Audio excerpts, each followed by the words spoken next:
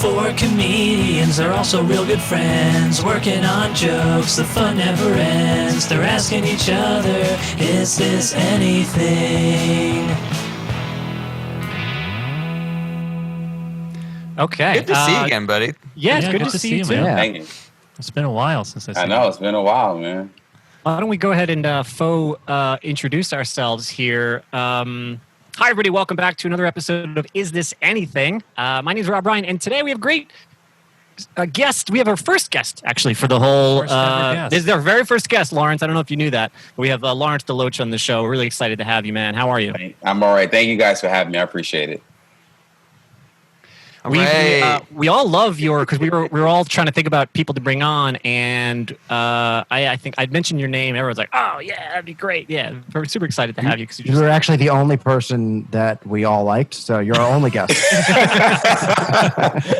Yeah, we had quite an issue because we were like, okay, we probably shouldn't invite people that don't like us or one of us, and that one of us don't like. And when you multiply that by 4 comics, you're like, who's left in the world? Yeah, I actually can't be on the show anymore. Well, I appreciate that. I fuck with all you guys. You guys are amazing, and I thank you for having me on this, man. For real. Cool. All right, that's all we needed from you. So thanks for coming. And that's the episode. Thanks for tuning in. We'll be back next week. Are you familiar with? Did I explain well enough the show premise to you? Basically, what's going to happen is we got jokes. We're in quarantine. We're just pumping out things. We have no one to say it to, so we've been pitching joke ideas to each other, and then we all just try to punch it up, riff on it, and we try to figure out if we got a joke or not. If we have anything. Awesome. Yeah, I saw a clip and I thought it was great. So I'm excited to do this, man. Right. I need it for my life. Yeah.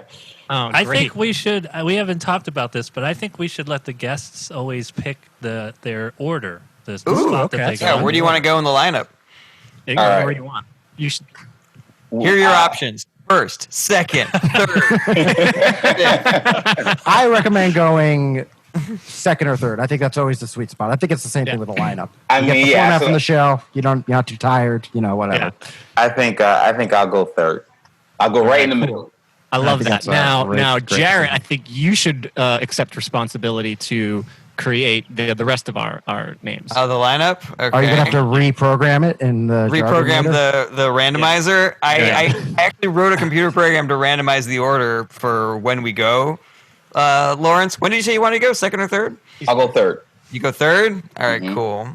And also, I just wanted to make this joke earlier, so if you could edit this joke in earlier, Lawrence, after Lawrence said he liked us and that he fucks with us, that's for a separate show that we have. Instead of Is This Anything, it's Do You Like Us? I'm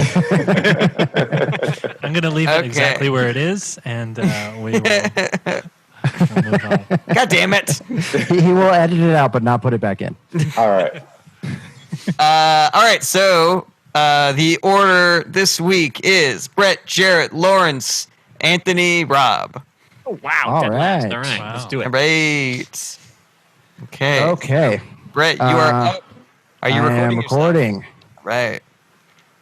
Okay, so this is a premise some of you may be familiar with that I've had problems with, but it's something I'm kind of obsessed with, and I really want to make it into a bit.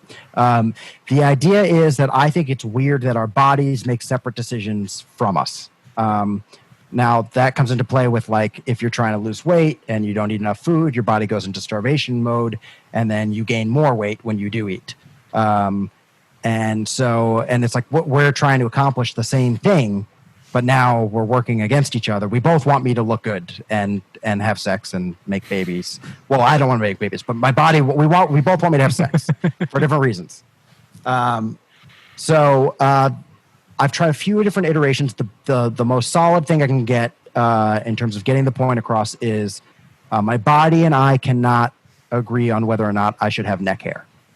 So that's the best way of being able to communicate this idea to an audience.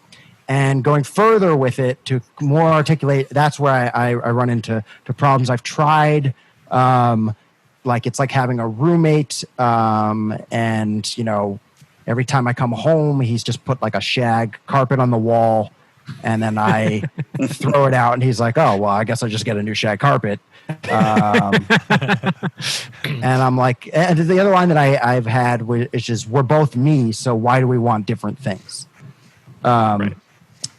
And then I just went into, I kind of went into farther into like the more anthropological background stuff with the analogy, where I had this roommate, and he's like, "Yo, you need neck hair, bro."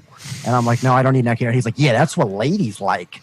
And I'm like, "No, I don't think that's what they're into." And he's like, "Yeah, they need to know that you can survive the cold." And somewhere in there, it started sounding like berry ribs, but I didn't really have an end to it. So yeah, that's what I would like to work on. If you guys have any ideas on how I could structure this or frame it or tags or anything like that. Sorry, 2 thoughts. This is my thing where I apologize and then just continue talking. Classic Berenstein. 2 thoughts. Number 1, I really like the idea of your body wanting to make babies and you not wanting to make babies. Yeah. And that's sort of like, because that's sort of like taking the premise and sort of like flipping it, where first it's like your body's doing things that you don't want, and you're like, but that's insane because we both have the same goals. We both want me to have sex. We both want me to have babies. I mean, I don't. Unless so like you wink to the audience. Yeah, like, I'm tricking my body. That's my secret. Yeah, you know. The other thought was like, because I love this premise. I think it's really funny. That you need like an ambassador to your body as though it's a different country. You know, and so you got to be like, all right, you know, like here's what we want. You know, do you think you could give me any of that? And then it's like, okay, I understand you're trying to lose weight. Here's what we can bring to the table. And then your body like does the opposite thing, and you're like, see, I think we want the same things, but I don't understand where the miscommunication is happening. Something like that. Oh, yeah, I like that. Like, this council has been around since the Ice Age. We know what the body wants and needs. Yeah, I can't empathize with the neck hair thing. Oh wait, hold on 1 second. I gotta go take care of something on my wall here. I'm not sure what you mean by that.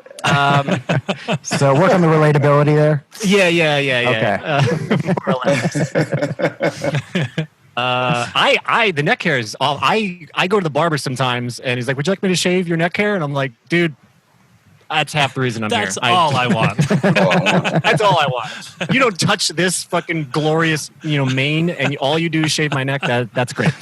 I wish they would just do neck shaves, and that's it. Just charge me $5. I know they do like. Do they not? Oh, would they sorry, not just if you went in and you were if like, I went, of just course the they'd do neck, it. Just Yeah, but I wonder how much they'd charge. That's my issue. Probably I think the same they'd as probably face, charge too right? much. it'd be like, I would think it would be like face, yeah. Yeah, I mean, I could go to like a Dominican barbershop and then I'd be there for 2 hours and I'd get the best neck shave of my life. But very particular. 2 hours, though. We'll have to do it again at the end. Yeah. Brett, here's another part of it. Like, those things that you do to your body, like laser hair removal, in order to trick your body into doing the thing. It's almost like your body's saying, like you're shooting this light at me, and now I can't grow hair there. Sure. Yeah. And you're like, yeah, that's what I wanted. It's like, well, now I'm not going to grow hair there. You're like, good. That's what I wanted. I've had a similar premise that I struggled with for a long time, and it had to do exactly with what you're saying, where it's tricking the brain into doing things, right? And why should we even have to do that? The example I used was my friend of mine would set his alarm clocks at different times so that it would trick his brain into thinking it was earlier. And I'm like, but you did it. I mean, wouldn't your brain be like, bro, I know you set the alarm clock earlier. I never understood why people did that. What are you doing? You fucking moron. Why'd you tell me what you're about to do? You can't trick me. I'm your brain. But it's weird because things like that do work. I think it's a far leap, honestly, because it's like 90% neck hair right now and like 10% the disconnect between your body and your brain. So I'm not saying that they're separate bits, but I don't see how one is a logical conclusion of the other right now. I see it as this funny neck hair thing, but then the justification is like minimal. And that's really the issue. My problem, what I want is that 10% is why can't I just choose to not? Why can't we be on the same team? If I have less neck hair, then I will get laid more, and my body wants that. So why can't we just stop growing it back? Why are there so many decisions? Like, for example, it is just very strange to me that my body is making decisions without me. Like, I don't choose if I get a wound for it to scab over. My body makes that decision. Right. And I think that that's bizarre that I'm not consulted. And I don't know if any of you run into this problem, but sometimes when a concept is too, I don't know, far-fetched or too heady, maybe. Yeah, it's too heady. It's hard to get an audience to laugh about it and also get them to think about it in this new way at the same time. I like 100%. that you just said the thing about you not being consulted. I think that's a funny way to put it. But I've heard you do this bit, and I didn't realize you were even struggling with it because I liked it, and I did get on board with the idea with the neck hair thing because you keep shaving and it keeps coming back. So like it would make more sense if your body's like, all right, he doesn't like this. Let's cut it out. Yeah. You know. So I did get on board with that. I know Rob said he needed more justification, but I would have audiences that were with it, but it was only if an audience was like really with me on everything else. If they weren't, then it wasn't a good enough bit for them to be like, oh, that's funny. They had to like already be with me. I'm kind of in agreement with Rob about. I feel like they are like they could be two separate great bits. Like I feel like I know what you mean in terms of you want to make it work with, you know, both of them in terms of your brain and your body and then your neck hair. But me personally, like I feel like there's so much you can go into in terms of with your brain and your body, like the two things what they want. And then like you said, like you know, with kids. And I feel like you can, like, as you get older, like as you're growing older, like you can do so many things with your brain wants, what your body wants. Like I feel like that's, and then even like the crack about the like Dominican barbershops, like wait, like dude, that's like fucking hilarious to me. Like I always feel like barbershops are like great material, especially like black or like minority barbershops, bro. And this is my opinion. I just feel like they're two great separate bits. Well, then I'm going to have to go to a minority barbershop. You should. No, you really to experience. Yeah. I know. I have been. I cut my own hair because it's too loud for me. Okay. Dude, when I go to a Dominican barbershop, they spend like 5 minutes up here, about like 10 minutes up here, and about an hour and a half right here. They're so good about the fucking shaping, you know, and getting that spot right. But I think they look at my white hair and they're like, I don't fucking know what you want. Snip, snip, get out of here. They will shape your beard and your lineup like for hours. And like you said, like it's fucking, yeah, it's insane. It's great. It's always so crisp. I'm sorry, you can hear that, Jarret. Brett, do you have allergies? No. Gluten so sensitivity. allergies is sort of the same thing, and if you're looking for like another way to get the audience to relate to the bit, it's like allergies. You know, you get like a little bit of pollen in your nose, and your body is like it's killing you. We gotta get rid of it immediately. It's not that big of a deal, and then you start coughing and sneezing and everything like that. So yeah. My issue is, I'm sorry, you can respond.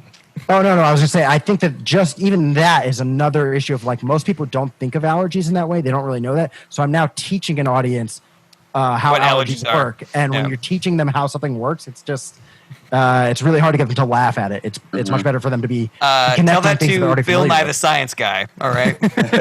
Who murders. True story, he was a performer in comic before he got the gig. And then when he got that gig, just like any one of us would get a television gig, and then he just ran with that personality for decades. Just so you know. Anyway. We can't have fun facts on here? No. I was more laughing at like just the idea that any of us, as soon as we were given any kind of like financial stability, would just abandon our art form for a moment's notice. But do you want me to be Billy the Walrus Man? Sure. Yeah, I'll do that. Okay. Did you guys know that Billy the Walrus Man used to be a stand-up comedian named Brett Druck? He was actually really good. He did like almost no material about being a walrus when he was just doing his like, you know, regular stand-up. Or like, you know, Bob Saget was a stand-up comic. They're like, you want to be this dad of the Full House? He's like, yep. Bye, stand-up. What I was going to say was that I don't think that the neck. Okay, so what I think is that, in my personal opinion, I love heady jokes. You know that I love explaining things to the audience that they don't want to know about.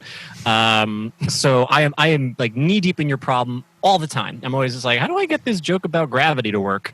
And so I think that the problem that I think audiences know how gravity works. Maybe the problem is you can't explain it to them. Nobody knows how gravity works. All right, about like the Newtonian inaccurate version of gravity, where two objects. Okay, all right, I get it. Is Or it, do you Einstein's relativity? I see where the issue is. Okay. is a gravity joke? Is that considered punching down? A gravity joke?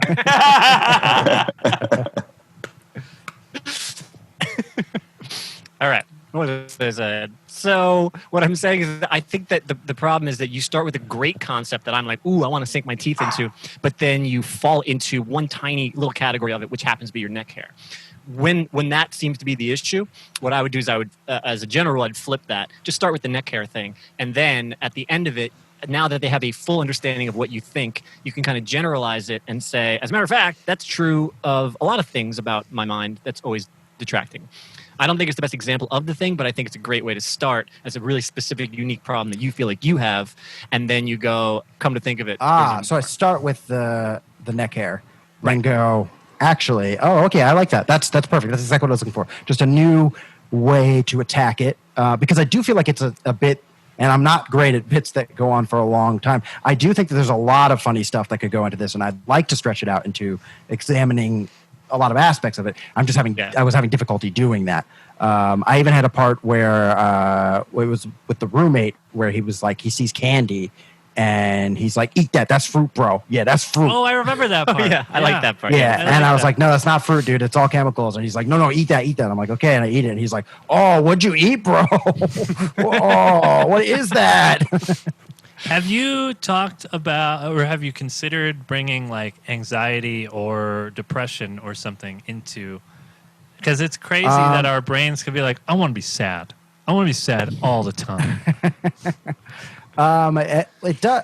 I have a bit about anxiety that leads into more of my similar anthropological perspective on being a human, and they don't quite tie together except for how I view things. But the bit is basically that anxiety. Everybody talks about how they have anxiety, but too much anxiety is a bad thing. Anxiety is just a functioning part of your brain. It's very important. Without anxiety, you wouldn't be here because one of your ancestors would have seen a crocodile and been like, I should hug that. But again, coming from an anthropological standpoint, like, it is a tool. It's a part of our brain. It's our brain tricking us. So there was a connection there.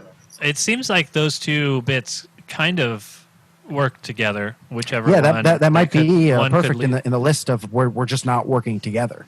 Yeah. I was also going to suggest that you might be able to connect it to your suicide headaches also, because that's your brain saying that they want you to do more hallucinogenic mushrooms. Or it's like, I thought about, we have so much fun when we're tripping. Why don't you just do it all the time?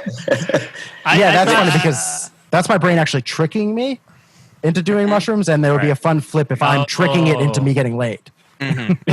Oh, that's it. Okay, because I thought about your suicide headaches, but it was we were all talking about trying to make the bit more relatable. So I was like, I'm not going to bring up the suicide headaches because that's people are not going to be like, oh yeah, you know that thing that point of the population suffers from. Yeah, but I did also think of the headaches too. I don't know if it makes it more relatable. Mm.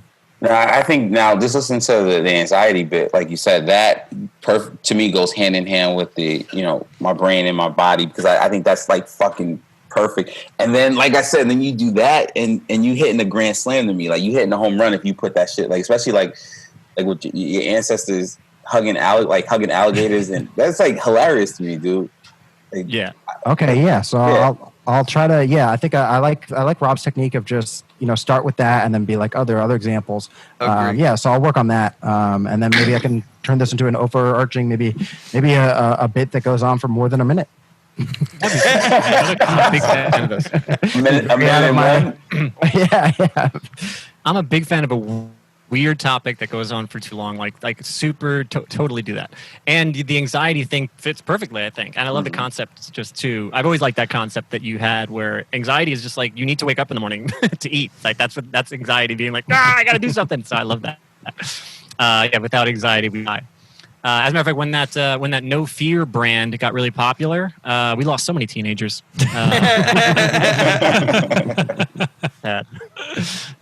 So before I get started, I want to say maybe our ancestors should have hugged alligators. Maybe that's the key to them not eating us. Maybe if we just hugged them, they'd be like, "Oh, humans are okay." Friend. This is related to a dream I had a couple nights ago where it was like zombie apocalypse and somebody came up with the idea of just trusting the zombies not to eat you, and that literally cured zombieism.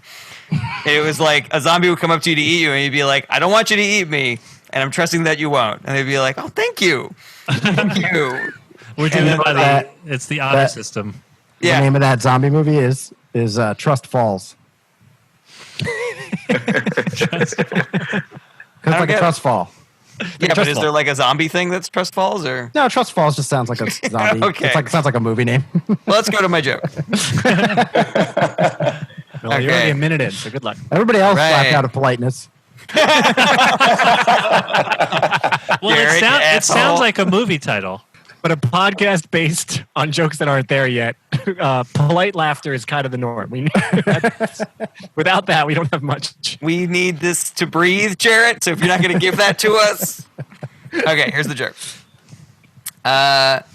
So I don't know if you guys follow the news, but anti-Semitism is back. That's fun. I thought anti-Semitism was done. I was excited about it. I had stopped even thinking that I was a minority that needed to be worried. I have been identifying as a straight white male for my whole life. My only concern was to be a good advocate for other minorities. But then I heard those dudes in Charlottesville going, Jews will not replace us. And I was like, oh, yeah. It was sort of like remembering a shitty movie. Like, oh yeah, I remember anti-Semitism. Huh. I didn't think it needed a sequel. That's weird. There are actually studies that show that being a minority actually destroys your health because of the stress. So just hearing those guys say Jews will not replace us probably took like a month off of my life or something. All right, that's what I got. What do you guys think? So I lost focus because I was thinking of a joke in the beginning. The premise is basically that you like forgot that you're a minority as well. Mm-hmm. Yeah. Okay, yeah, I like that a lot. I think that's really funny. But just the joke I was thinking of was because when you said anti-Semitism is back in the news. I don't know if you're following the news. It's back. It just kind of sounds like like an R&B singer that made a return or something like that.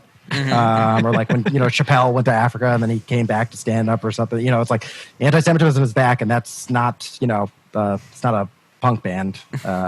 Well, some of them it is. I don't know. That was it. That was the old. That was. It's like the McRib. Yeah, Finally, really funny. finally, it's back. Yeah, it's back, and not in a fun way like the McRib.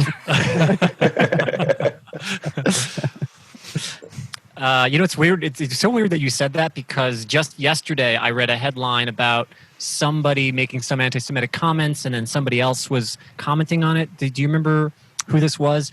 Somebody had made some. Alon Altman. Alon Altman, you said? Well, Oh no, I'm sorry. There was a football player. I thought Yeah, you Deshaun saw this Jackson. headline. Yeah. He Deshaun made Jackson. he repeated what is the guy's name? Hitler. Louis Hitler. Farrakhan. Yeah, but he was quote. He got the quote from Louis Farrakhan. Sure. Yeah. And who is not a big fan of Jews. He didn't realize that it was a Hitler quote. He put it out there. He apologized pretty quickly after, but people are not showing that he apologized and that he's like doing some community service and stuff like that. So that's what's getting broadcast around.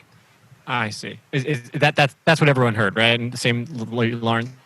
Because I very briefly, you're right, Deshaun Jackson, I saw the thing, and I didn't read the entire article. I just was skimming through, and I had this thought, Jarret, that it was coming from more of a non-Jew place. I was just like, what? Like, what are the Jews up to that people would be upset about? I was like, is there something like I actually went both ways. I was like, are the Jews doing something new that people care about? I thought they were just doing the same shit they've always been doing for a long time. So I'm like, why is this springing up? I don't know. Who has a fucking problem? I don't understand. That's but it really was like funny. such a stupid thought for me to be like, are we? So it's a stupid thing for me to think or say. But if you, as a Jew, may even have the slightest little bit of a question, like, have we stirred the pot in some way that I'm not recalling? You know, Did I miss a meeting or something? right. What could we have done to have possibly, spurred up new anti-Semitism? I don't know where this anti-Semitism come from. I feel like I don't know. Did we do something that I missed? Did I miss a meeting? Yeah. Did we decide to take over a new industry like hockey? We've already got media. We've already got the justice system and the weather we control. Right. Exactly. You could open yourself up to playing on some of those sort of stereotypes for the fun of being like, I don't think we're getting over anything else that would piss anybody off. So where's it coming from? It's kind of like, Also, if you mention the weather, just be like, also bring an umbrella tomorrow. Just trust me.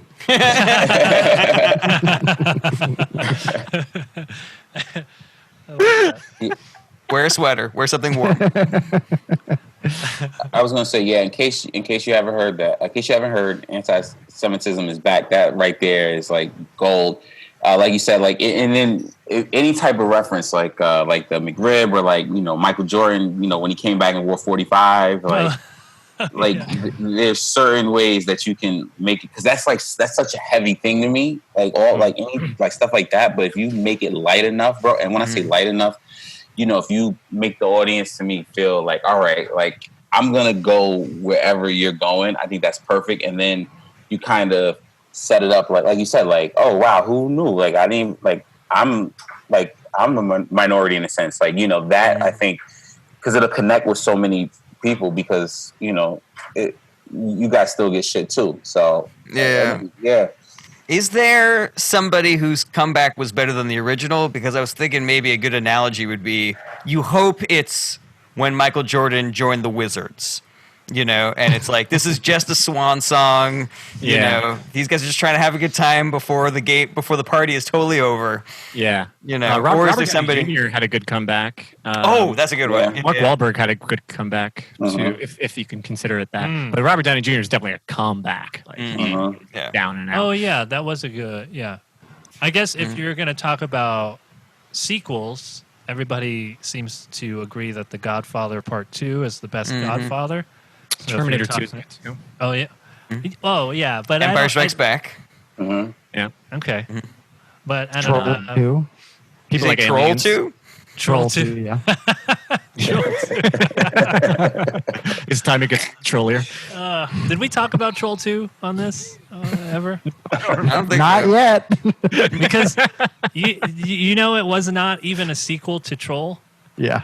It was just they don't even call them troll. They call them goblins, I think, in the movie. It was just a movie that existed, and they're like, wow, Troll did well. Let's make Call this it Troll 2? Because it was Wow. just some B movie. Yeah, they don't call them trolls. I think they call them goblins. I'm pretty sure it's goblins. That's the movie where that clip of the guy, they're eating him, and now they're gonna eat me, right? Oh my god! Yeah, that one. That's the movie. Oh, it's so good. That's like Super Mario Brothers 2. The game design was just a game that already existed, and they're like, we got to put out a Mario, and then they just changed the sprites, and they just changed into Mario, Luigi, Prince. All right, that's the game. In fact, that's the story behind the third Die Hard movie, also. Is it really? Yeah, the third Die Hard movie was a screenplay called Simon Says. And they were like, well, we make this into a Die Hard movie, then, and we can make it with Bruce Willis. That was a good one, I think. And I did notice in Die Hard 3 there were a lot of Mario sprites. When we were naming sequels, when we were naming sequels that were better than the original, I wanted to make up one like Mary-Kate and Olsen's New York Minute 2, Now We're in Boston, or something. That's too believable. That's great. Okay. Okay. Yeah, that's all I had. So if you guys listeners Oh, well, have I any thoughts didn't feel on like it. we got into. No, we we got didn't just talk come to that intro. Yeah. The meat of it is that you forgot All that right, you thanks. are a minority. The rest is perfect. Thank you, guys. That's great. So yeah, but let's go into that. I think that's really interesting. So you forgot that you're a minority. Yeah. So how would that come to fruition? Like, what's a situation where you are in a situation where you had this realization that I'm one of the people I'm advocating for. You have no idea that somebody is coming after you as well, and you're trying to.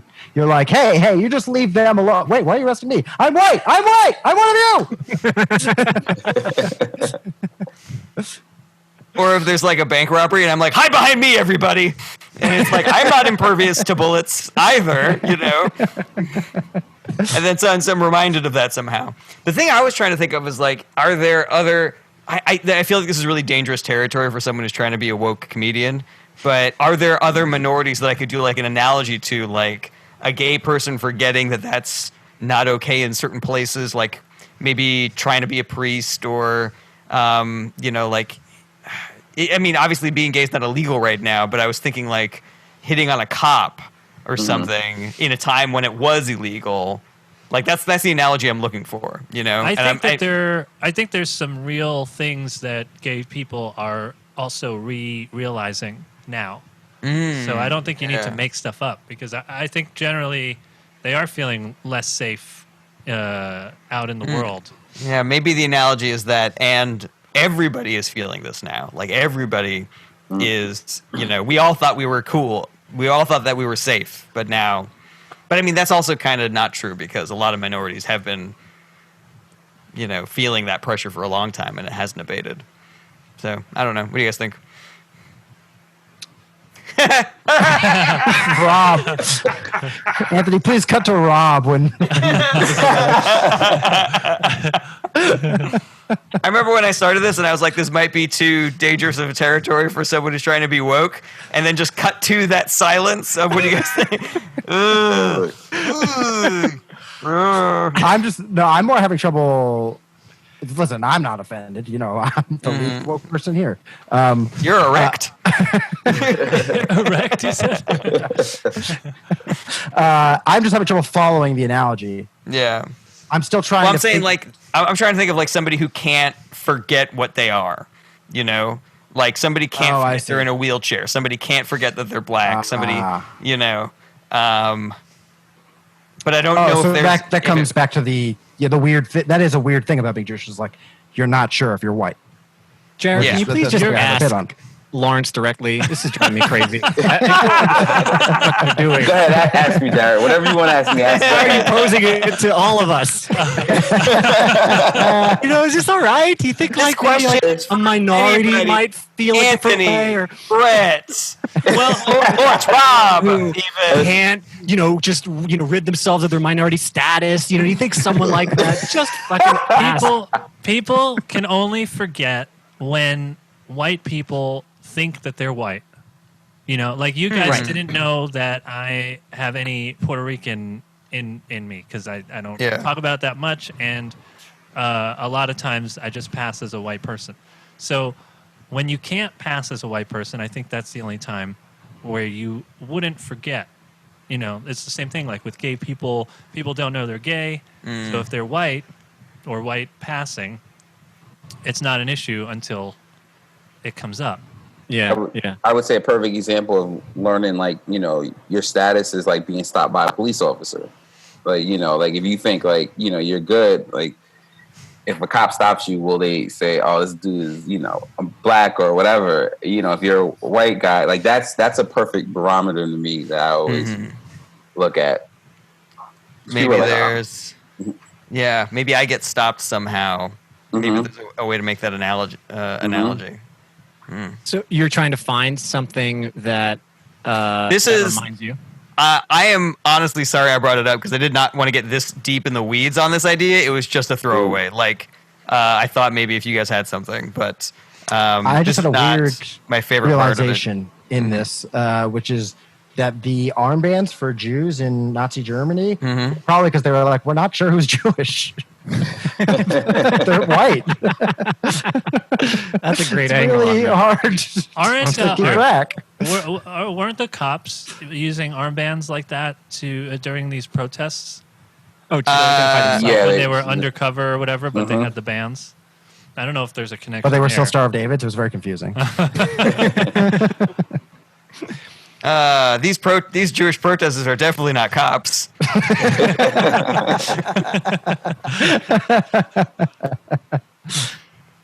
Yeah, that is a funny idea. I like your analogy too with the gay thing. I wasn't sure what you were trying to get. With that. That's fine. That's fine. I want to dip out of that part of it so okay, badly. sorry. No, let's get back into it again. Sit in it. Sit in it, You Jarret. have to have the hard conversations. You brought it up, Jesus. Sit in it, Yeah, bro. I brought it up because I wanted to get a temperature check, and I have checked the temperature, and it is uncomfortable. Being the most woke comedian, right? Which is Yeah. your goal, right? Not that that's the goal. That's your goal. That's number one. Number Goal. two is being funny, and it's honestly so it's not even close. It is a distant second. The goal then isn't to avoid the tough topics. It's to dive into them head 1st and then learn from them and see what's true of it. Yeah, I guess so. What I was saying was, is there an analogy between it? And the confusion on all of your faces suggests to me that there isn't one that's immediately obvious. And so if I do want to put that part into it, then I need to work harder on it. Was the idea that is there an analogy for a minority to have been so hopefully acclimated into the world that that they truly are able to forget, even if just for a moment, their minority status Yeah. in today's society? Was that the Italians. So maybe like Italians are very that's a great racist. question to ask. Yeah. Actually, it's a no. cool Is question. there some kind of if you go back pretty far in anthropology, is there some kind of like Mesopotamian something that has been so ingrained that it's not even considered a race anymore? Is there something there? And then you could be like, you could go farther with, oh, now this racism is coming back. People have to realize, like, oh, I'm 1/18th, whatever this old civilization is. yeah, I'm sure there is something. There's something I can think of off the top of my head. yeah. Anthony's good with the Italians. That's a just- good That's thing to think about. yeah. You know, where it's just And I'm Italian also, so this is safe territory for me. oh, so you know what could happen is if this is a little goofy, but if some Italians did something really horrible, you know, or whatever. But then again, I don't want it to make them do a bad thing. But you know what I mean? Like Muslim became more of an issue after 9/11, so there was just like a worldwide you know, or at least there was an American fear of it.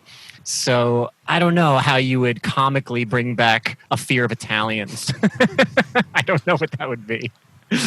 But You know, a lot of this. a lot A lot of this. What are they holding? What's in their hand? Rocky references. What is that? yeah. You pulling the pin out of a grenade or something? Meatballs came true. I do like that idea. Like, what if the next thing they had said was Jews will not replace us and Italians have to go? And suddenly it's like, oh shit! Right. You know, now we have another new minority that we got to worry about. You know, That's a good point. that's an interesting angle. I like that. I'm If sorry you're bringing back forget you. old racism, that's a perfect justification to get to there. Yeah, and that way I don't have to be talking about like actual racism that's happening now or actual homophobia that's happening right now. You're able to take it to a time that no one was really in the audience was even there for. You know, if you could take it. Yeah. Yeah. Did you guys have any other ideas for this? Forgetting being a minority. All right. In that case, that's my time. All right, great stuff, man. Thanks, guys. Great Thanks so stuff, much. bro. All right, and our first guest, baby, Lawrence Yeah. DeLoach. in the house. You're up. Yeah. Exciting. Oh If you man. want to hit record, if you plan on recording. Yep. Boom. And record on this computer. Perfect. We haven't had a new voice in 2 months. Oh, that's. Oh, Been all the 4 of our jokes. Yeah.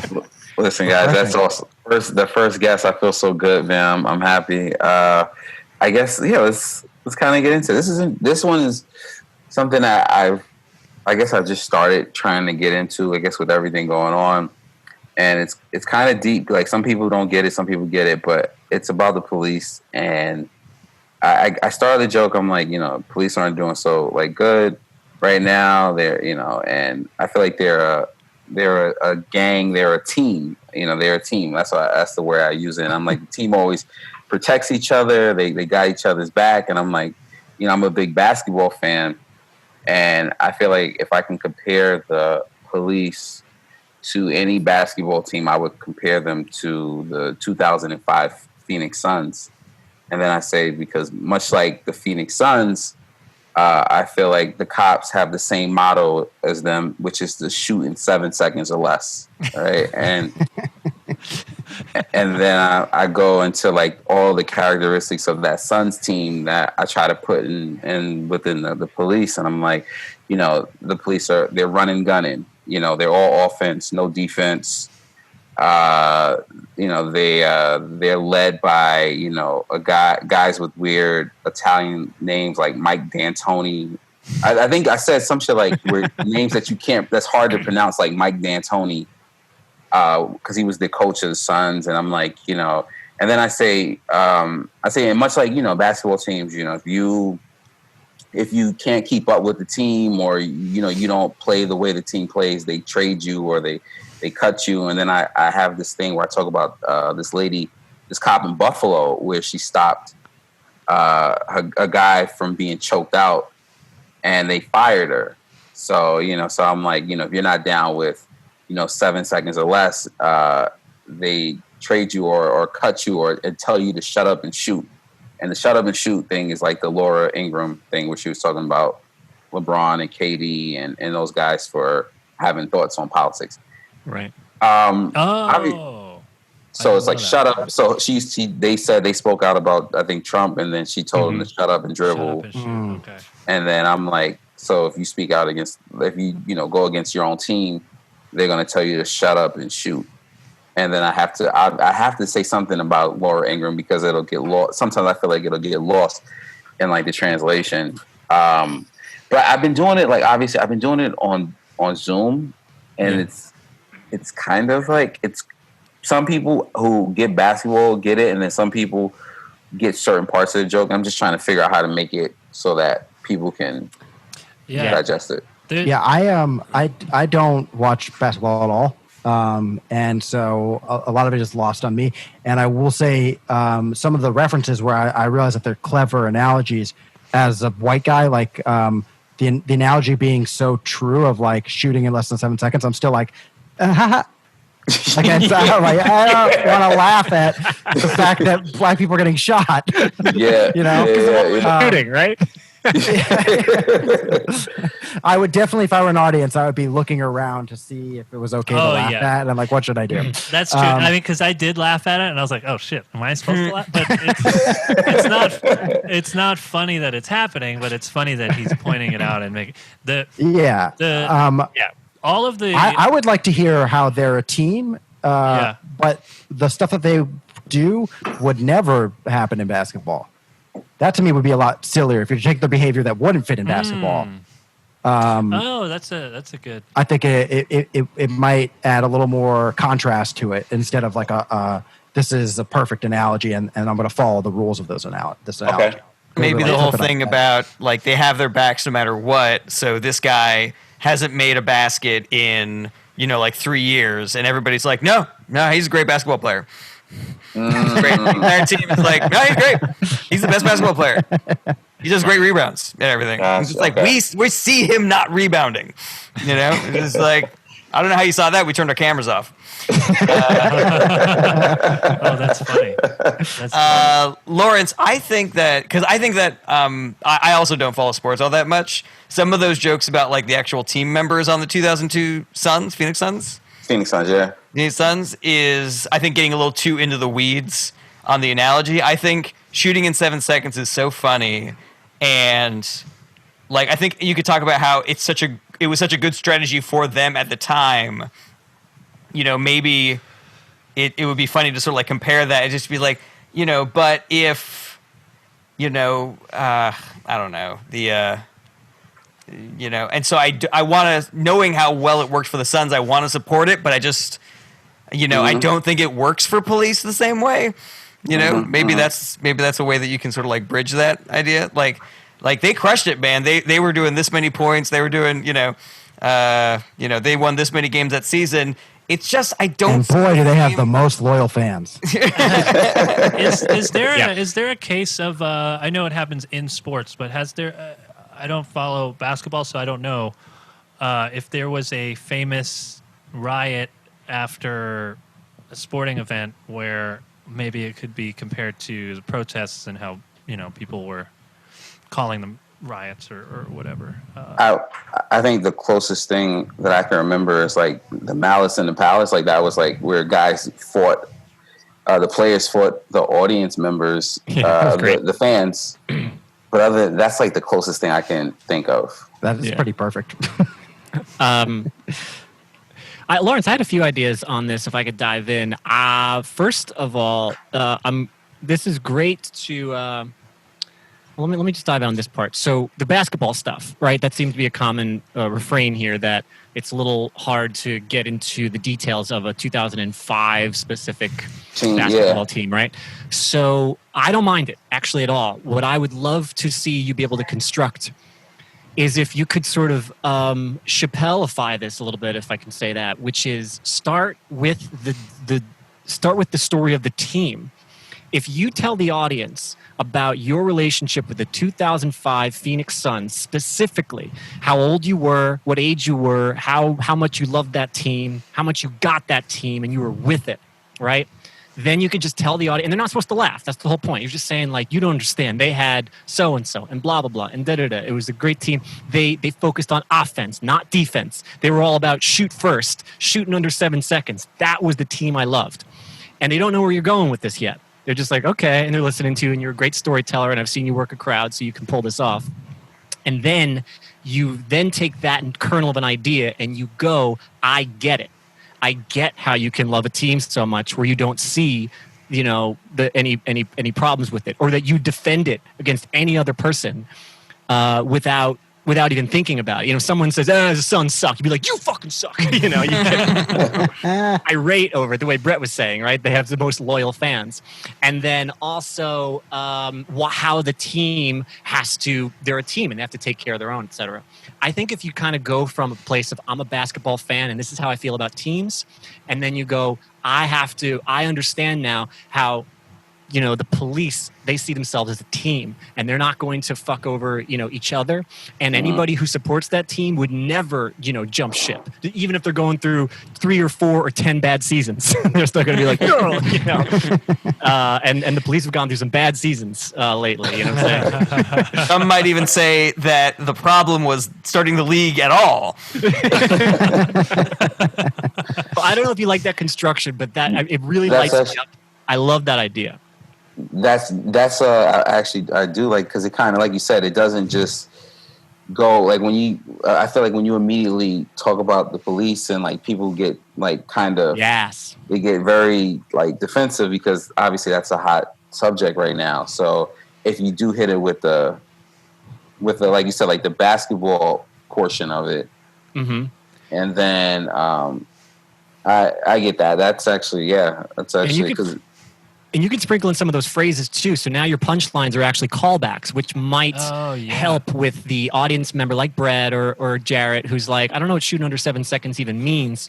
But when you bring it back, you're like, oh, that hurts. Yeah, I get it now, because they didn't know where you were going with it at first. So you can bring all that stuff back, which I think. So that's a structure thing. The other stuff was I thought it might be fun if other teams were like firefighters, like they were their own team too. Pilots, every profession has their own has their own organization. But that didn't. That was that's the police versus the citizens. Honestly, it's like watching the Globetrotters. You're like, oh man, they're just toying with them, aren't they? By the way, I do just want to clarify. I know what shooting under 7 seconds means in basketball, as well as what it means for police. Just want to clarify. I don't know a lot about basketball, but I could figure that one out. Shooting is where you throw the ball into the net, Brett. I don't know. No, just with your hand. Yeah, I know. You take the ball.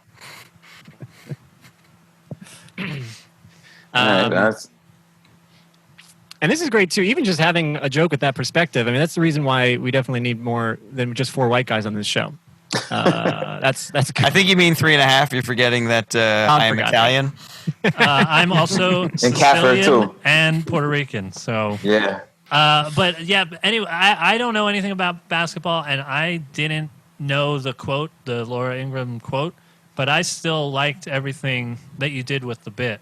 So, but I think Rob's approach might help, make it more clear, because I liked it, but I could see myself being confused if you went on about basketball a little more. Like I have no idea about any of the players or anything like that, but I thought the analogies were all really solid, really developed concepts. Thank you. Yeah, thank you.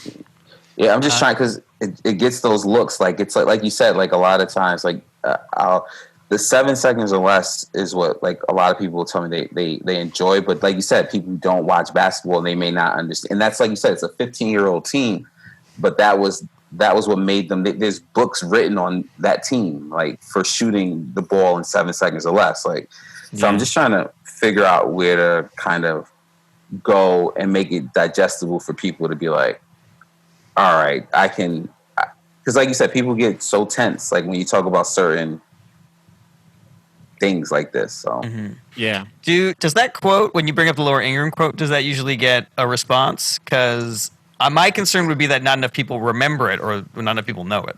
well, that's what Once you said it, I was like, oh, I do remember hearing "shut up and dribble." Yeah. Like, I hear that in there. So I think that's out in the consciousness, but it is hard to go from "shut up and shoot," from "shut up and dribble" to get that. It's like it's in a recess of my brain. I definitely remember it, but it's hard to set it up without tipping it, but also say it and have people get it. I guess it's hard too, because, like, it would have been better if the quote was "shut up and shoot," because there's no dribbling equivalent for cops, I don't think.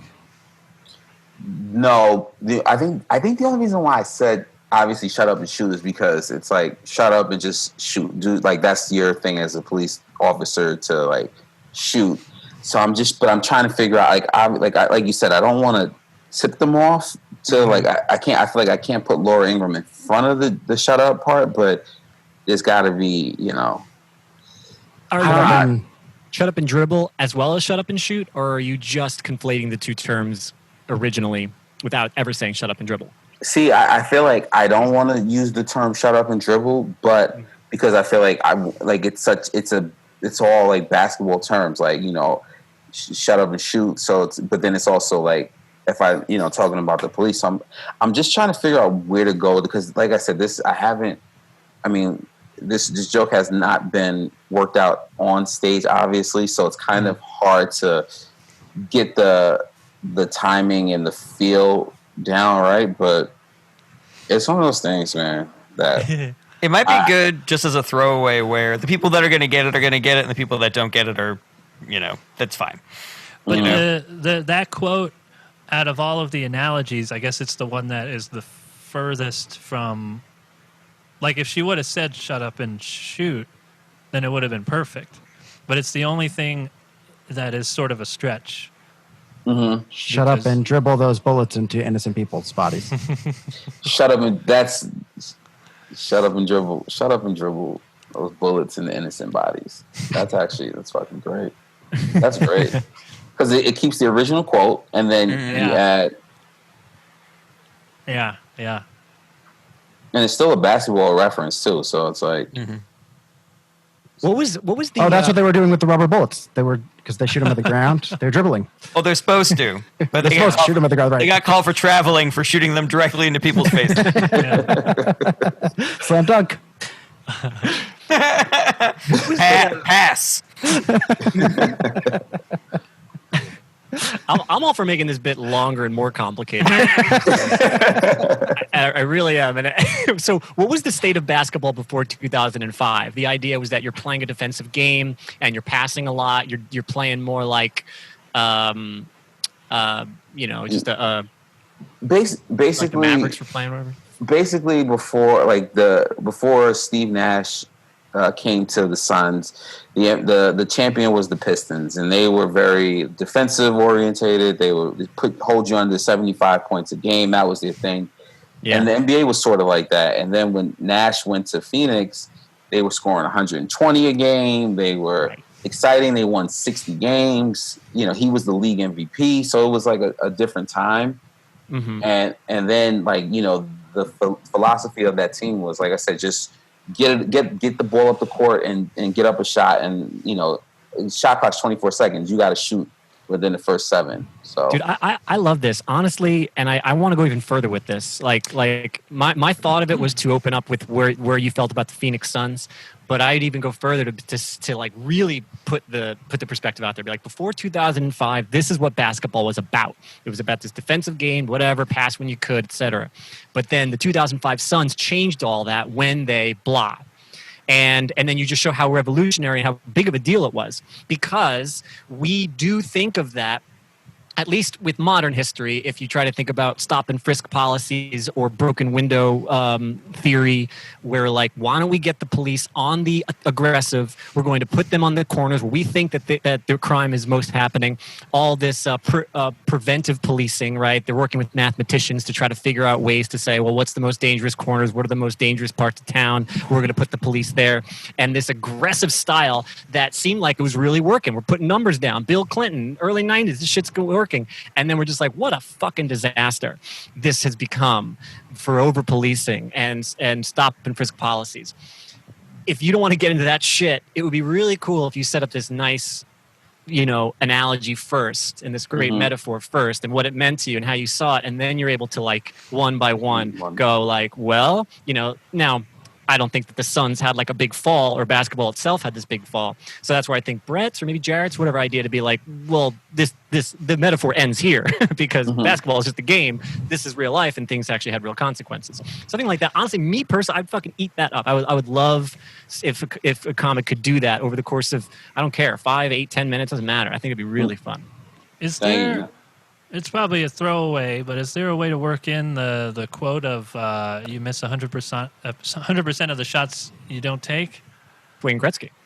Is there a way to? That is so funny. Cops thinking that? Yeah. That's fucking funny.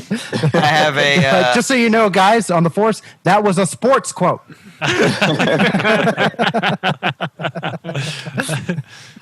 I have a dumb contribution to follow Anthony and Rob's smart things. Watching the footage of the protesters, you really saw like a couple of cops just like chucking some protesters, just like throwing them on the ground, and you know, and they're really upset now that there's consequences. I know they felt that they should have as many free throws as they wanted. I love that. That's hilarious. Oh my god. And shooting under 7 seconds, it's like they were shooting baskets like they feared for their lives.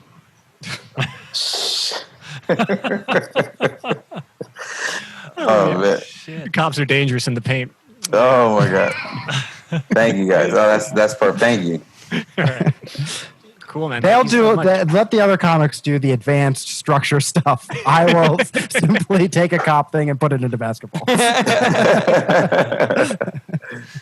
Thanks. I appreciate that. All right. Awesome, man. Thank you so much. That's Thank great. you. All right. Jarret, who's next on the Next is Anthony. Oh, right. Okay, so I have a bunch of like random kind of thoughts that are not really joke structure. I like to think of insomnia as 8 hours of anxious meditation. That's the whole thought. If you have anything, I on like that. Let's see. Something with a mantra like if I go to sleep now, I'll get 7 hours. If I go to sleep now, I'll get 6 hours. If I go to sleep now, I'll get 5 hours. That's your mantra Oh, that's pretty funny. for the meditation.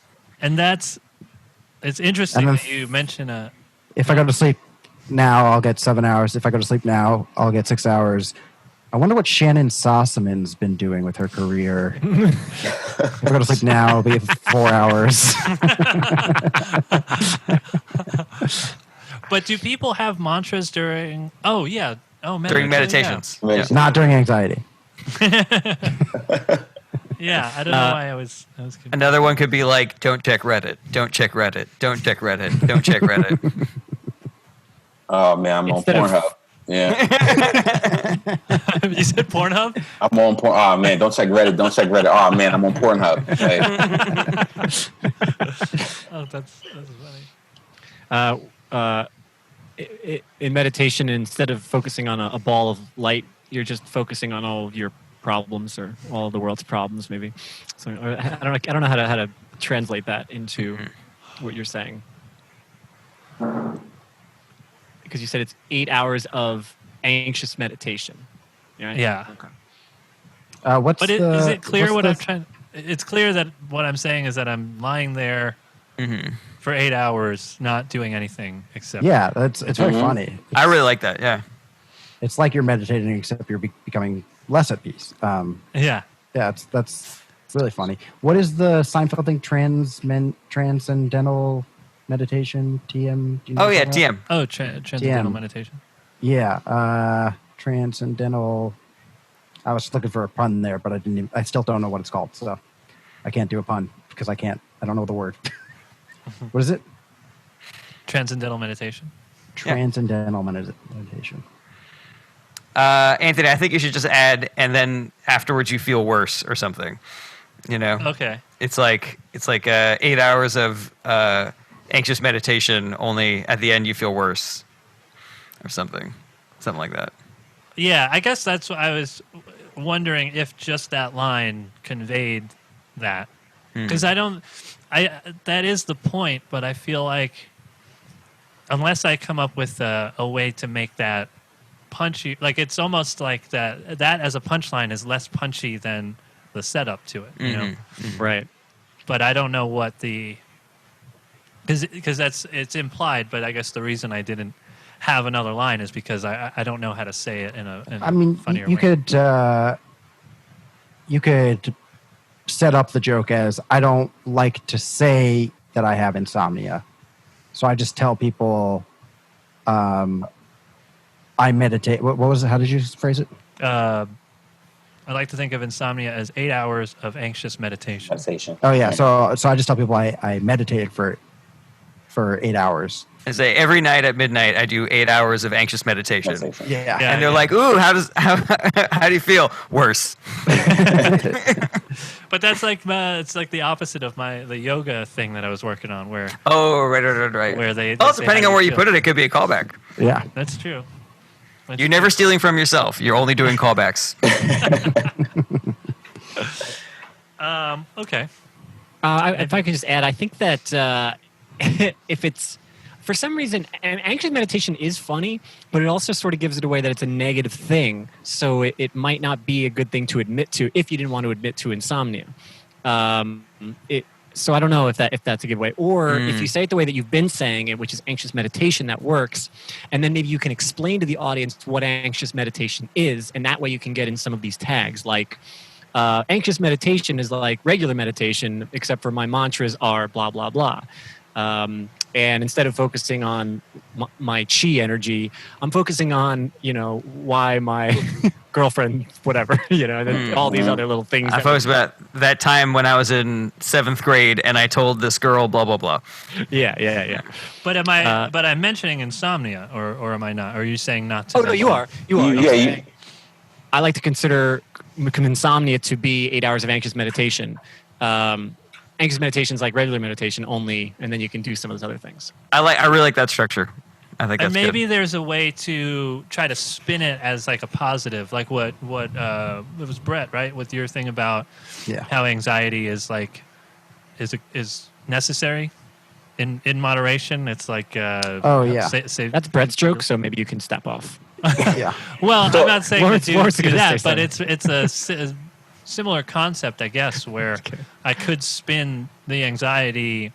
If I'm lying there for 8 hours, maybe I have solved a problem or something at the end of it.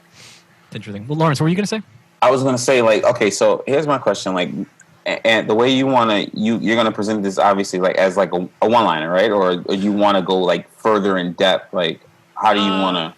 Well, I mean, it could be either or either. I didn't know if it was even a funny line, but if there's more, I'd like to do more. But if it only works as that line, that's fine. No, because I was gonna say like I feel like if you continue like if you frame it as more than like a one line, like you said, like in terms of you can start thinking about going deep, like things that happened to you as a kid, like that. Like remember how we were saying like you don't check Reddit, but then you're like why did my bike get stolen when I was 11 years old, or like should I go steal, like just like I feel like there's so many just random funny thoughts that you can throw in that, because if you're like when you're up to me at night and you can't sleep, or you just like so many things like you just go through your head, like why am I not here, or why am I not doing this, or why am I not like why didn't I play football as a kid, or why did my dad like never tell me he loved me, like shit, like there's so many things that like make you feel, why are you anxiously meditating?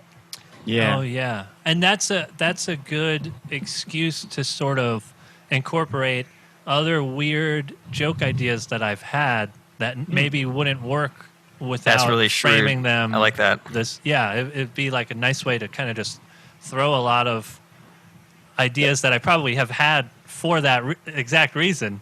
Bro, you can say some of the wildest shit in that time frame. Like after that, like just throw anything that you like it'll work, bro. This is piggybacking off someone else's idea, but like the idea that your anxiety can solve a problem during that 8 hours, and you could say something to the effect of like, I didn't get any sleep that night, but I did figure out that I will never be happy. Yeah. There you go. Okay. Yeah. That was what I was trying to figure out what could be a thing that I could solve. And I like that because it's framing it as if it's a good thing, but it's actually not. Mm-hmm. So it's sort of like the twists and turns that I'm always trying to do in my. I like that a lot. To continue, one more idea that I had with what's it called? Making the distinction between anxious meditation and regular meditation. It could also be if you actually do sit still.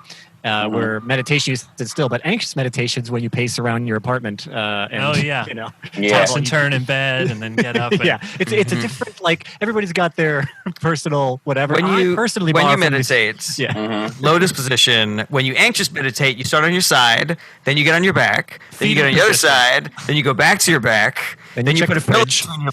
Then you check the fridge. Fetal position for 20 minutes. Oh, that's good. Get in the closet.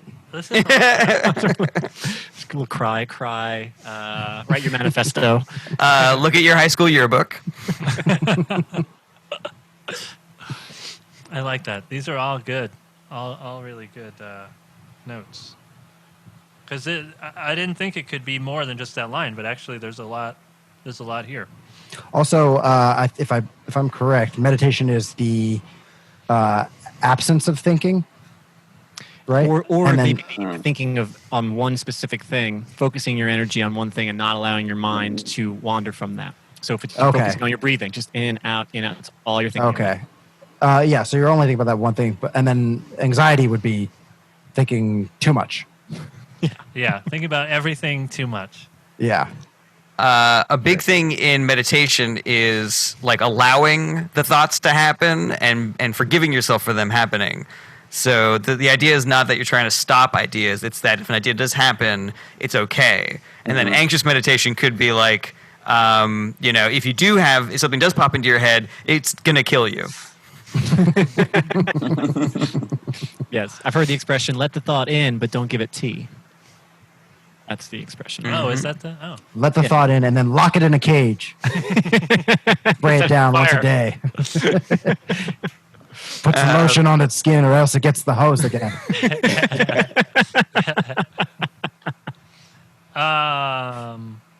Cool. I don't know. I wasn't timing, and I don't know. You're at 10 and a half minutes, so you could. I had one more I wanted to add to that last bit. You let the thought in, and then you do serve it tea, and then, maybe tea moves on to a glass of wine, and then, then suddenly you're talking all night, and Now you have a relationship and things are going pretty good, between the two of you. We're engaged now. We moved in together. The anxiety moved into my brain. A lot of clutter. This could be. I guess I could. This is somewhat related, maybe. I'm in a. Jarret's yawning. I see him. I have it written down two different ways. I'm trying to think which way is. I'm an aspiring optimist, which means I'd like to be optimistic. I'm just not very good at it yet. Is that anything? Oh yeah, there's something. I am an aspiring optimist, but I just don't think I could do it. What did you say, Anthony? That I'm hoping to be optimistic one day. Is that the way you phrased it? Yeah.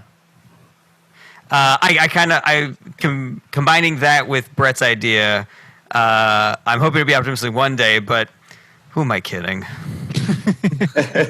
Because I did have another line that I guess was similar. You got a glass half full line. I feel like something. No.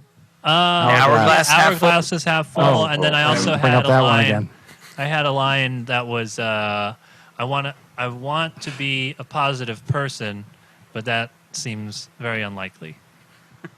So that's similar, I guess. Is that too similar? Because I did put that line in a song that have been working on. I mean, Maybe being optimistic and positive are kind of synonymous. So I think that it does seem like the same joke on the surface. But thinking that it will work is pretty optimistic. Oh, yeah. So I think you nailed it. I think you got there. You're the person you want to be. I think I'm going to be optimistic one day. Oh, I did it. I like that. That's a good construction, and it doesn't step on the toes of the other joke as much. If you're concerned about that. That's good. That's a really good, and it's very, very tight and clean. I guess that's probably it then. That first one, there's a lot of good notes on that first one. Thanks, guys. Yeah, no problem. All right, then I'm going to take it up the rear, as they say. Bat and cleanup. I don't think some people say that. I don't think it's in the same context. Not Ryan taking it up the rear. That's the name of your next album. Yeah, your next album title. Yeah. First of all, I wanted to use some of my time to give you an update. I was able to do a Zoom show just last night.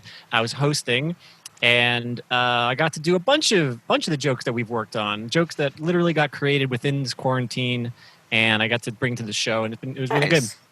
I did the purgatory line where I realized during this quarantine that I'm a pretty positive person. I think that if I died and went to purgatory, I'd be like, I'm going to get a lot done. I think I'm gonna learn to make banana bread, and I'm gonna do some good stuff.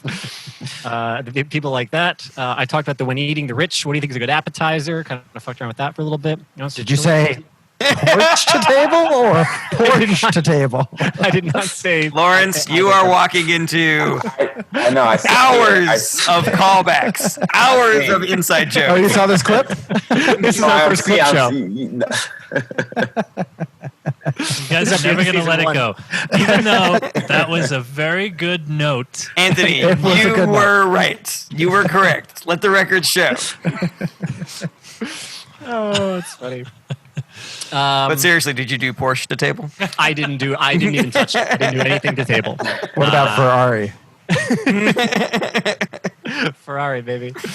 I did the seahorse joke for Lawrence. I was told male seahorses are the ones that carry the kid. Is that true, or is that just a scientist trying not to get fired? And people seem to enjoy that. So this was great. It was a really fun. Did you go into his process of like the study and? Yeah. I kind of did a little bit of an act out for them for as long as it kind of worked, and I was keeping my head sort of goosey about it. So I was like, all right, let me just keep talking until he's done. It was hard to do that because there was like 3 or 4 people unmuted. So it was just like once the laughter died down, I was like, I guess I just got to move on. So for those people watching who don't understand how Zoom shows work, you can mute yourself and you can have 50 people in the crowd, but only 3 people will be unmuted. So you're literally just telling jokes and going off of the laughter or lack thereof of 3 or 4 or 5 people. Going off of the blenders of 3 or 4 or 5 people. It's like a bar show. Yeah. Yeah. So it's hard to know when you should keep on tagging a joke or just move on. It's very hard. I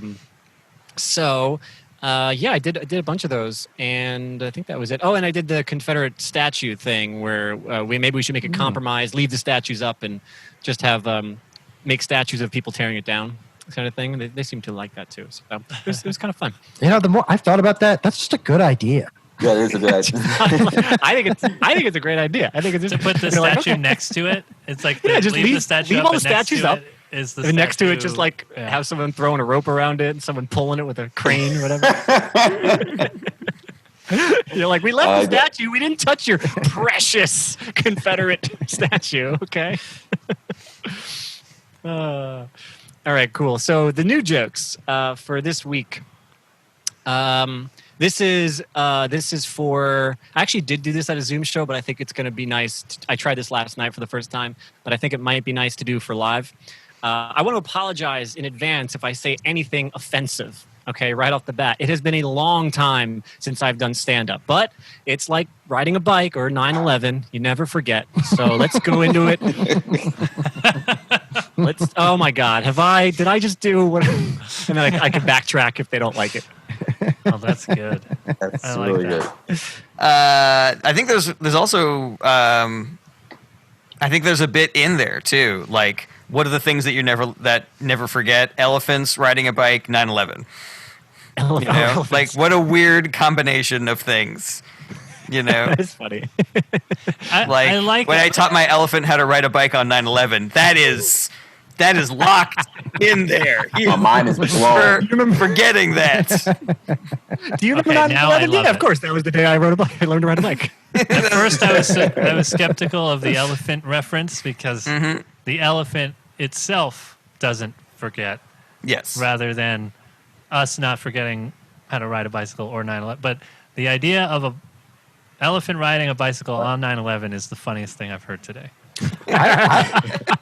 I like, Thank you, and also fuck you, Anthony. Because I had 15 minutes worth of great jokes. I like the idea that you do something on 9/11 so that you'll never forget, or it just is like a nice result, like byproduct of the fact that you did it. Like I put in all my passwords on 9/11. It was the best thing I ever did. Because I will never forget any of them. There's so much other stuff that we did forget about on 9/11, not related to. Like, Well, I don't I was remember anything about where my life was at that point, really. Oh, that's funny. It was interesting. On Brett's point, like if you were in 9th grade and you learned the quadratic formula on 9/11, you're just like, yep, that's in there now. Negative b plus or minus radical b squared minus 4ac over 2a. That's why I will only go on dates on 9/11 so I can always remember our anniversary. I like that.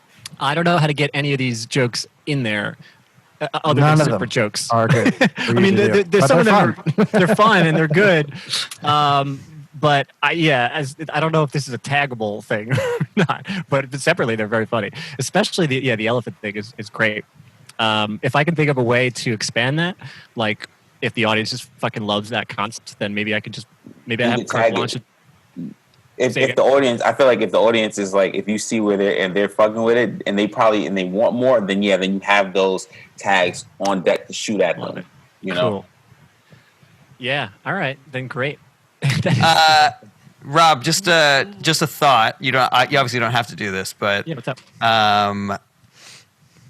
if you do the joke the way that it's written and you want to try to incorporate some of the other things, what you could do is try to correct yourself with, like, the elephant thing. Just be like, I shouldn't have said the 9/11 thing. I could have just brought in elephants. Like, that's another thing that doesn't forget. That's cool. And then you could be like, that's weird. That's the three things that are that don't forget, like elephants, 9/11, and riding a bike. Something like Oh, that's excellent. Yeah, that's really good because what I kind of wanted help on, if anything, was the backtracking side of it. Because it might be fun to just backtrack and be like, "Oh God, what have I done?" I just said I wouldn't. Ugh. I don't know exactly how it would be used, but every time somebody makes a 9/11 joke, somebody goes too soon. So I don't know how it fits because you're talking about how it's been a long time since you've done stand-up. But Yeah. I think if you can figure out a way how to say that line before somebody in the audience says it, if you can, I don't know how it fits exactly, but I know that if you do that joke long enough, somebody's going to say too soon. Even if they're not offended, even if they're joking and they're just trying to be a part of it, someone's going to say that for sure. So if it fits into the joke somehow, I was trying to figure out, but I don't know. That's a good point. I like the idea of deconstructing the too soon in some way, even as just a separate idea, or beating them to the punch, or never forget, and also too soon. Right. So it's like, how can I possibly forget something if it's still too soon to make a joke about it? It's too soon to never forget. Yeah, it's too soon. Oh yeah, that'd be really funny if somebody said too soon. You're like, you're right. It is too soon to never forget. You don't get that they're saying it about the joke. I hear you, my man. A friend of mine had me ride his bike. I was like, too soon. I was like, yeah. I haven't even never forgotten about how to ride this bike. What are you talking about? I wonder how elephants remember 9/11. It must be clear as crystal. It would be a good follow-up question for somebody saying too soon is how long? How long? Oh yeah. Yeah, if you're going to tell me too soon, then tell me the rules. It's funny. Do you ever see that South Park episode where they tried to nail that time specifically? Oh, no, I haven't. No. It was pretty clever the way they did it. They were doing some joke about AIDS, I believe, and it was a really long episode about AIDS, and then eventually they just found it funny at the end. They're like, oh my God, that's it. It's been 23 and a half years since the AIDS epidemic. It's finally funny. I did see that was an old one. Yeah, but it was such a funny concept. You're like, oh, that's what you're doing. Building up the whole episode. You're like, why are you doing this weird episode on AIDS or whatever? And then they finally hit that punchline. You're like, okay, that's clever. It's cool. You guys know that who used to host the Tonight Show? Johnny Carson. Carson used to purposefully write bad Abraham Lincoln assassination jokes into his monologue, and then when people wouldn't laugh, he would go, too soon? There was a host of the Tonight Show before Jimmy Fallon. I know. Can you believe it? I know, right? Conan O'Brien. It's almost like. All right, thank you for that. That was great. Yeah, making all that silly is really fun. One last thing I was thinking: what would be a 9/11 for elephants? I wonder. The circus. What would be the equivalent? Oh yeah, the circus. Never forget, man. The Dumbo remake. Specifically, one of the worst. I think one of the worst fires in American history was at a circus. Really? Oh, really? Yeah. It was Well, that doesn't count because the elephant started it. It was an inside Not job. true. Yeah, a lot of people burned in this huge circus tent. I think it was in like the 20s. The circus tent was made out of steel beams, so Yeah, there was definitely thermite in the. It was an inside job. The elephants did it. They forgot about the elephant in the room, and it was that elephant in the room that actually started the fire. Whoa, Rob. Your brain just went on hyperdrive. Off topic. Anthony. Elephant in the room where it happens. Escape room. The movie The Room. The Great Escape. Escape from New York. I'm not joking. New York Anybody State of Mind. New York is where 9/11 happened. But Anthony, you said the circus is like the 9/11 for elephants. Would you say that the circus is like slavery for elephants? Like, I think that would be. Oh yeah, I think that's probably a better analogy. Now, Rob, I don't know if you could say that one on stage, but I mean, I think that's a fucking. If you want it, that's fine. No, it's all you. It's all you. Well, I think that it's unfair for people to think for elephants to just get their, to be equal to other animals after the circus was only banned for like 4 years now. It's fucking ridiculous. None of my ancestors were even involved in the circus. I don't know why I have to feel guilty about it. Just because my great grandfather was a ringmaster, it doesn't mean that I didn't do that. All right, I got one more for you here. Thank you for all that stuff. That was very fun. All right. Sometimes Rob, life. I'm so sorry. No. One more elephant joke. Classic, Jarret. I'm sorry. I'm going to interrupt. I'm sorry to cut you off, but here goes. But I'm going to do it. The day they 9/11 for elephants, the day they invented pianos. Oh God, I love it. Good ivory joke. I'm down. Did you know that rhinos' horns can regrow, but elephant tusks cannot? If cut a certain way, the rhino horn can regrow. Elephants forgot to learn that. Yeah, That's solid. yeah. Funny. I should tell you that on 9/11 so you never forget it. But for now, Do you think their body is like the rhino? The rhino's like, come on, I'm trying to get rid of this, and the rhino's body's like, no, we need a new horn. we need a new horn? I'm trying to get laid. The ladies don't like the horns. Too I wish I horny. could travel back in time to before I had this horn. Something about basketball. There we go. We got it all in there. One more joke. If I can cut this horn off, I can finally get ladies into my Porsche. Hey, Jarret, can you follow your sorries with, but can you shut up for a second?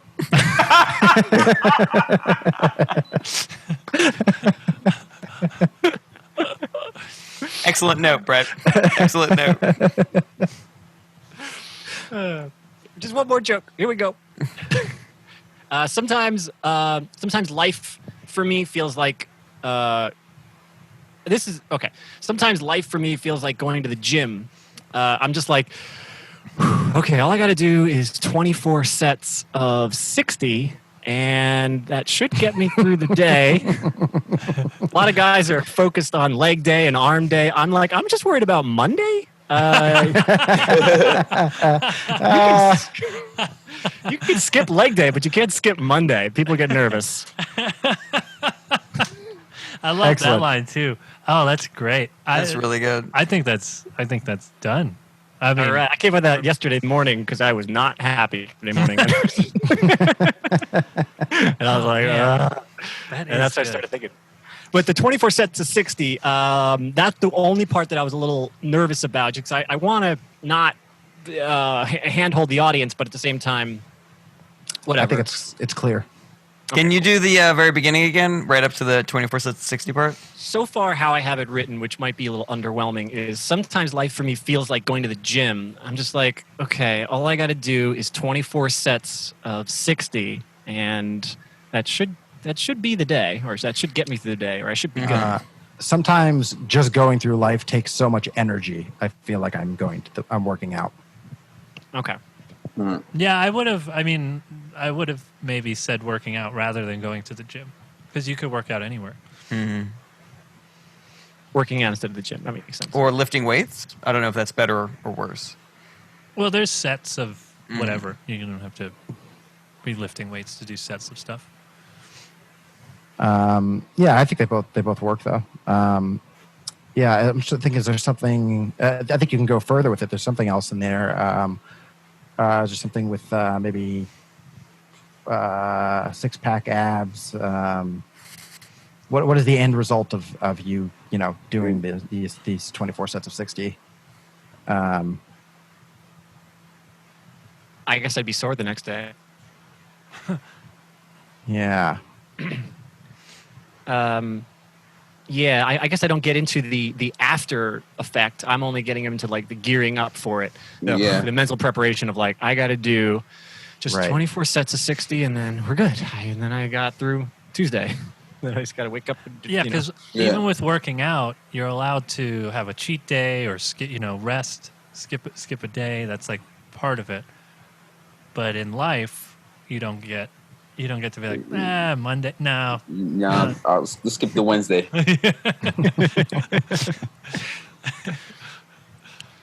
Yeah, so if there's anything else more on that metaphor, then great. But otherwise, that's what I wanted to share with you guys. So I think the end is so strong and so good that I don't think it's that big of a deal if the beginning, isn't as punched up as we're attempting to do it at the moment. And yeah, I think it works, and I think the punchline fucking is killer. So Yeah. It's really good. I'm sure there's more, but it's so good that there isn't anything that I wanted you to say. Okay, cool. So then for me, it's going to be about finding a good home for it so that, because I find that jokes that just dive in the middle of something can be hard, but if it's couched in material that's sort of surrounding either depression, anxiety, or just whatever, if that little metaphor is in there, then people are like, that's great. Okay, that's a good home for it. Cool, and I will do that. Guys, I really appreciate it. That was awesome. Thank you so much. All right. right. And thanks for joining us, Lawrence. Yeah, that was thanks, great. Lawrence. Yeah. Guys, thank you so much. I appreciate it. Absolutely. This Good is to awesome, see man. you. It was great to have you on. That was killer. Thank you so much, guys. You guys are amazing. Thank you. Bye.